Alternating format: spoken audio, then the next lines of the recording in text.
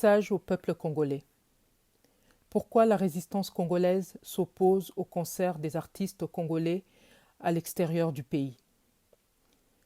Chers frères et sœurs, le peuple congolais ressemble aujourd'hui à un oiseau mis en cage que l'on maltraite, mais dont certains apprécient pourtant le chant et la danse.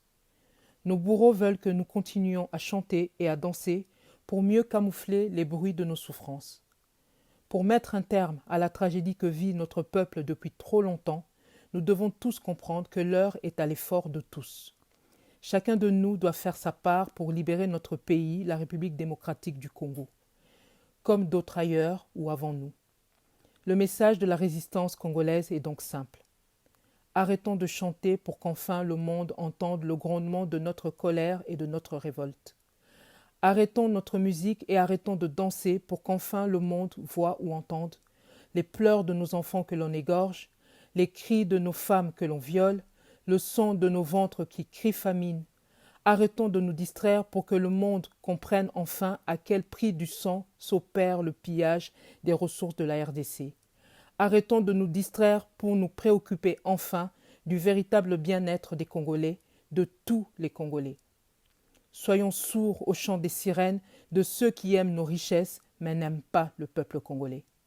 Chers frères et sœurs, nos bourreaux rwandais veulent que nous continuions à danser et à chanter pour que le monde ne voie pas comment ils occupent la RDC et nous exterminent silencieusement, méthodiquement, pour s'accaparer nos terres de l'est du pays et d'ailleurs.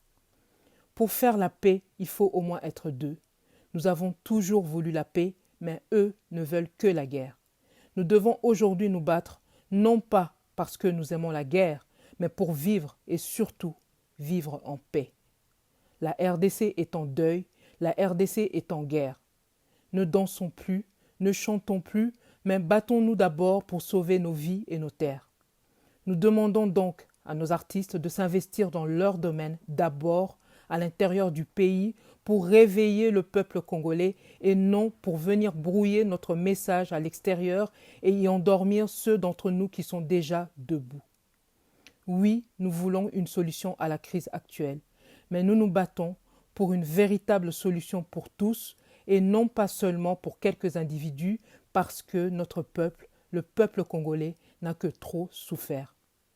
Voilà pourquoi la résistance congolaise s'oppose au concert des artistes congolais dans la diaspora et appelle tous les Congolais à faire bloc jusqu'à la libération totale de la République dite démocratique du Congo. Mobilisons-nous partout, tous, où nous le pouvons, de l'intérieur à l'extérieur, pour faire entendre la voix de nos martyrs et rappeler au monde que la RDC est un pays occupé, qu'un génocide y est actuellement en cours et que notre peuple est désormais en marche pour se libérer. Debout Congolais, la peur ne sauvera personne, la peur ne sauvera pas le Congo. Paris, le 26 février 2020, Candide Okeke, vice-présidente au sein de la PARECO.